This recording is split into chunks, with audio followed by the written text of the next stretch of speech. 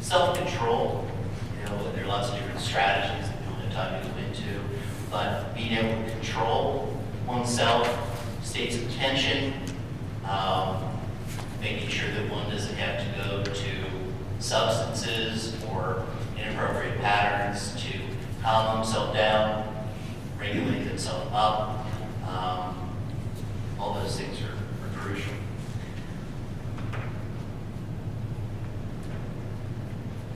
For example, there's a gifted child I know who felt very uncomfortable when being forced to be with others by his parents.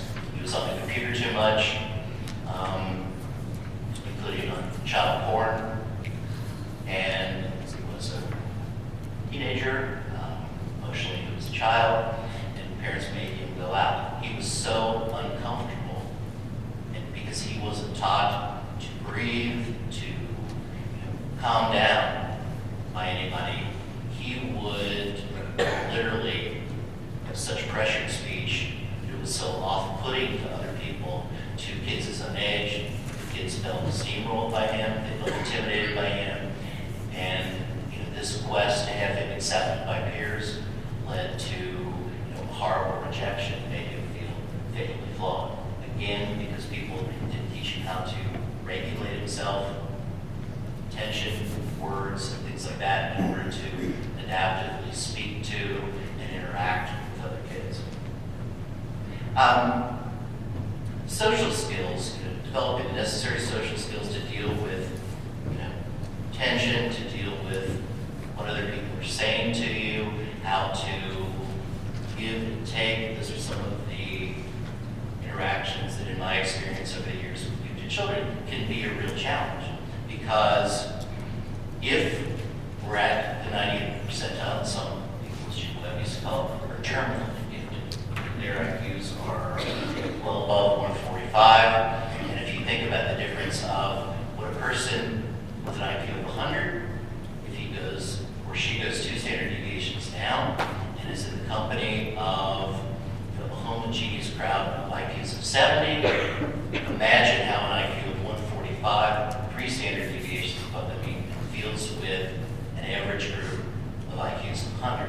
The world is experienced differently, it's experienced more intensely, it's organized in a very different fashion, more creatively, and sometimes other kids will feel like our gifted brilliance is coming from left field, and it's just odd and weird. I had a teen, I'm going to ask you what you think about this, who had a dream. She was mountain climbing, this is a reoccurring dream, and she was always ahead trying to figure out, how to hook in her pins, how to get the leads going, how to get up the hill to bring the rest of her class up the hill. And in the dream, she was always wondering what they were saying. Sometimes she would hear them talking about her. So she decided she wanted to be a part of the pack. She wanted somebody else to be in the lead. The dream goes on, and as she goes back to the pack, she's stumbling to try to say the right thing. She can't find the right word. She's tongue-tied, and then eventually she becomes invisible. What do you hear of that? That's a piece of gifted art that represents this girl's self-experience. I don't fit in. I'd like to fit in, but I have to leave. This is my interpretation. Your giftedness behind. My giftedness has to become invisible to fit in with other people. And this is a predominant theme. With recent research, but it used to be more so with girls. That they would, especially with dumb old boys, they would have to dumb it down and hide their giftedness in order to not be rejected for their being precocious. And I think that's something I would call gifted masochism. When we have to give up who we are in order to be with others, that's not what we want to teach our kids.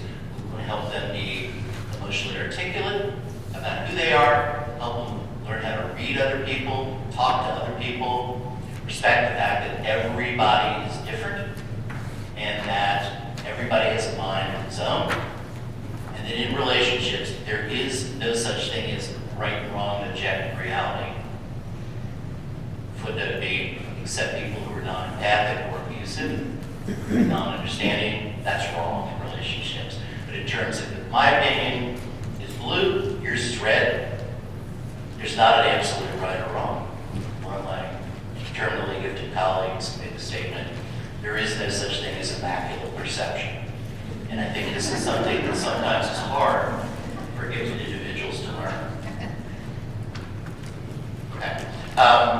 Last thing, when you're at the 98th percentile, when you see things different and you become obsessed with the notion and you have to advocate for that, litigate for that, to prove you're right, that gets to be a problem. And that is a common, what other people call narcissistic feature of gifted kids. But you have to prove it.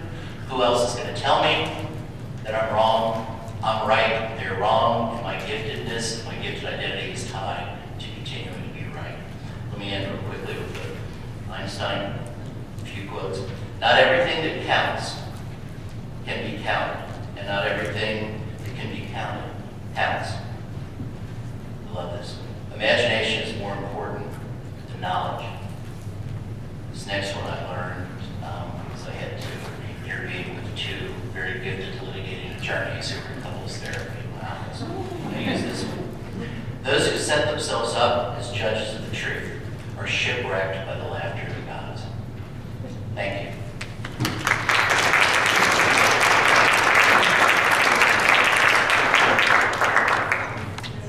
Our next speaker will be Dr. Ed Amon.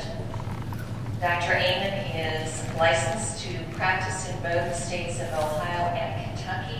He has offices here in the Blue Ash area as well as down in Lexington. He is the co-author of A Parent's Guide to Gifted Children and Misdiagnosis and Dual Diagnoses of Gifted Children and Adults.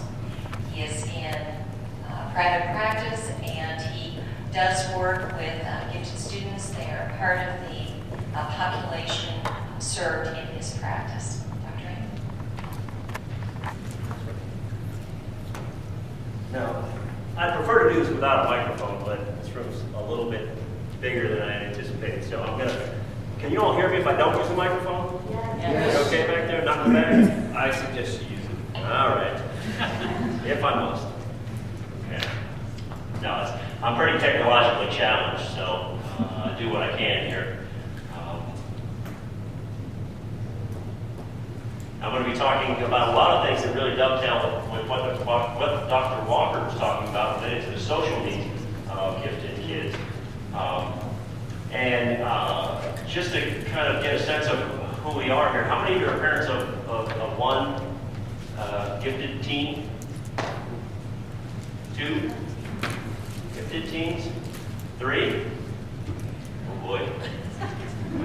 See me after, I got a stress management tool for you that you're going to need. All right? Grandparents? And we have grandparents as well. All right, good deal. Now, how many of you are gifted? We got a couple of hands. It's rather amazing. I would expect a few hands here, but normally, whenever I give this talk to a more general audience, an audience of general parents, like PTA or something like that, there's always the same response. It's a couple of hands go up, a couple of hands start to go up, they look around, notice that nobody else's hands are going up, so they put it down. And then there's usually a little bit of chuckling as to why are you asking this silly question? And the reason I ask this question is because I want folks to be comfortable with the fact that they are gifted, they have talents, they have strengths. We all have strengths, we all have weaknesses. And we as adults need to be comfortable with those because for our kids to be comfortable with them, we have to model our comfort level with our strengths. But why is it that in a lot of situations we're not okay with answering that question in the affirmative, that we are indeed gifted? Why is that? I think that a lot of reasons go back to some of these cartoons that you've seen once or twice in your life. Because these are some of the images that come to people's minds when we think about gifted kids, right? That they're bright, but there's something not quite